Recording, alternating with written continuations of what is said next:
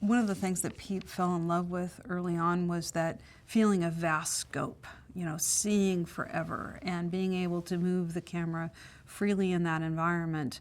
And that posed several challenges for us. One was we needed to think about how we were doing our sets in a different way from the way we usually do, which is you know, design everything and build everything and up to a certain point, and then everything beyond that is matte painted, which tends to restrict the camera motion. And usually they're fairly expensive shots to do, so on any given film there's only a handful of those, and Pete wanted to be able to do that everywhere. So we knew we had to come up with a different way. So we started looking at USGS terrain to extend our sets with, instead of having to design it or matte paint it. And that was interesting. That afforded an opportunity to think about how we did previs in a different way, where we could actually do location scouts for real, where we could go out and, you know, fly the camera through this USGS data and find the backgrounds that we wanted to use. So, and actually use it from that area so it was authentic. The other thing that we needed to do differently is how we did clouds, because typically they were also matte painted and also had the same restrictions.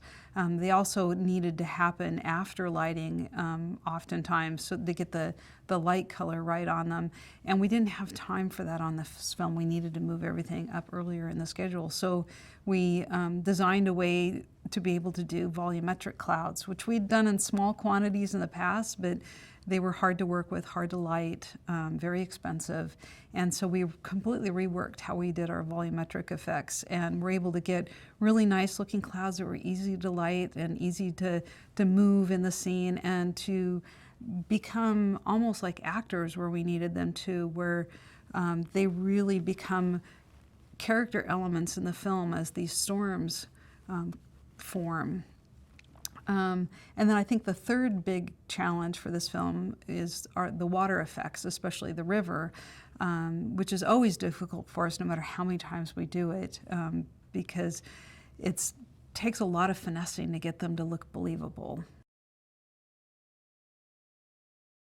It was really interesting watching Pete grow as a director through this film, from, you know, the early stages of being a new director, finding his way and finding his voice and trying to figure out what was important to him, until towards the end where he was really clear about what he wanted and knew exactly why. He was always so kind through the entire process. He is very passionate about everything he does, and his enthusiasm is infectious. And he's always laughing. So he's really a lot of fun to work with, besides the fact that he knows, you know, in his soul what he wants. He definitely leaves a lot of room for people to bring creative suggestions to the process.